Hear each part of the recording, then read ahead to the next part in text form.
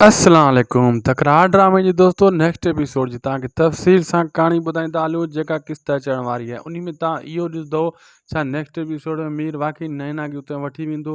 नैना खे छा मूसा जे चवण ते मीर वठी ईंदो। मूसा ऐं न यानी जेको आहे मीर जे विच में छा ठाह थी वियो आहे या वरी इहो मीर दगा करे नवाब खान जे हवाले नैना खे कंदो।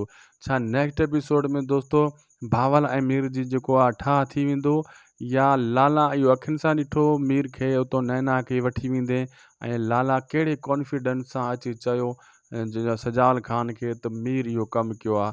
छा लाला बि वधारा आहे मीर सां सॼी कहाणी ॿुधाईंदासीं इन नंढड़े वीडियो में दोस्तों। पहिरियां खे पूरो ॾिसो जीअं तव्हांखे सॼी कहाणी सम्झ में अचे ऐं थी सघे तो उदासी टीवी यूट्यूब चैनल खे ज़रूरु सब्सक्राइब कंदा। अगरि फेसबुक पेज ते ॾिसी रहिया आहियो त उनखे फॉलो लाइक शेयर ज़रूरु कंदा। तव्हांखे ॿुधाईंदा हलूं दोस्तों। पहिरीं ॻाल्हि त जीअं नई नेक्स्ट एपिसोड क़िस्त सुभाणे शुरू थींदी उन में तव्हां इहो ॾिसंदो त नियापो मोकिलींदो मूसा ॾे। ठीकु आहे मूसा मोकिलींदो मीर ॾे ऐं उनखे ख़बर आहे हाणे सजावल मथां दगा करे सजावल खे ख़बर आहे नैना कहिड़ी जाइ ते आहे। अहिड़े हिसाब सां मीर जेको आहे उनखे कोड वर्ड ॾेई छॾंदो छोरी छोकिरी नैना मथां एतबार न करे।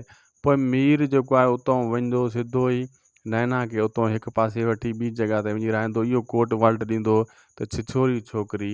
पोइ नैना बि सम्झी वेंदी इहो त मूसा खे ख़बर हुई कंहिं ॿिए खे ख़बर न हुई।